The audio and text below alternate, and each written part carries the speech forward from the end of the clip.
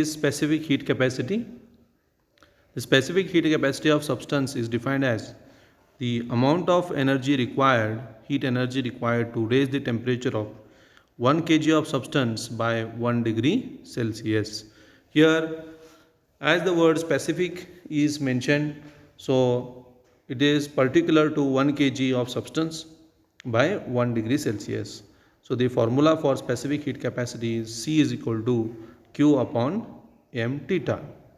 And what is the unit of specific heat capacity? Q is joules, mass is kg, and theta is per degree Celsius. So unit is joules per kg per degree Celsius. The next one is heat capacity. What is heat capacity? The amount of heat energy required to increase the temperature of substance by 1 degree Celsius.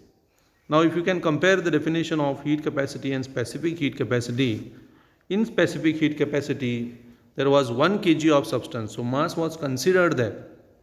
But here any mass, so it's not necessary that you have to take 1 kg only, so you can take any mass. So here mass is not mentioned per degree Celsius rise. Then the formula to find heat capacity is given by C is equal to Q upon theta, where mass is not included here. So it depends on any mass. It is not depending on only 1 kg of mass, it is depending on any mass. So here mass is of any weight.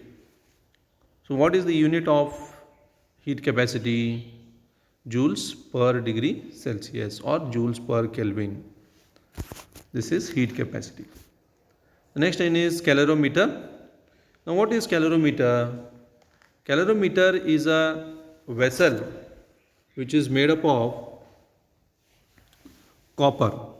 Now you can see that unshaded part, the blue color shaded part is a wooden jacket which is nothing but a wool in it. Inside that wool there is a calorimeter that is made up of copper. So the vessel is made up of copper. It is covered with a wooden lid, and there are two holes in the wooden lid for the thermometer and the stirrer. Stirrer is used to mix the mixture. Now what is the use of this calorimeter? This is a device which is used to study the heat exchange between the different substances and temperature rise and fall, or to find the mass of different substances which are added where heat exchange is taking place between the two or more than two substances. So this is a device used to measure the heat exchange between the substances. This is calorimeter. The next is what is principle of calorimetry. It states that in an insulated system means there is no heat loss or gain from the atmosphere into the system or into the vessel which we studied before in the calorimeter. So heat energy lost by the hot body is equal to heat energy gained by the cold body. So this is the principle of calorimetry when two bodies are in contact with each other. When two bodies are in contact with each other in an insulated system where there is no loss of heat energy or no gain of heat energy from the atmosphere, then heat energy lost by the hot body is equal to heat energy gained by the cold body. So this is the principle of calorimetry. The next is a latent heat. What is latent heat? It is defined as the heat energy that is absorbed or released during the phase change of the substance. Now what is phase change of the substance? It is change in state of the substance. Now take an example. When water is converted to ice, the temperature of water remains same, but the water will be converted to solid. That is at 0 degrees Celsius, the water is converted to solid, that is ice.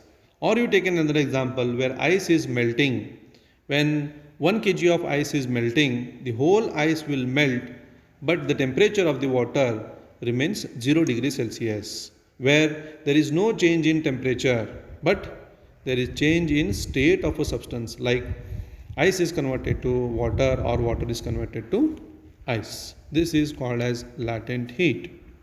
The formula to find latent heat is Q is equal to m into L, where Q is heat energy, m is mass, and L is specific latent heat. The unit of specific latent heat is joules per kg, because latent heat is depending on mass and energy, not on change in temperature. So it does not depend on the temperature change, because temperature should be constant. So this is latent heat.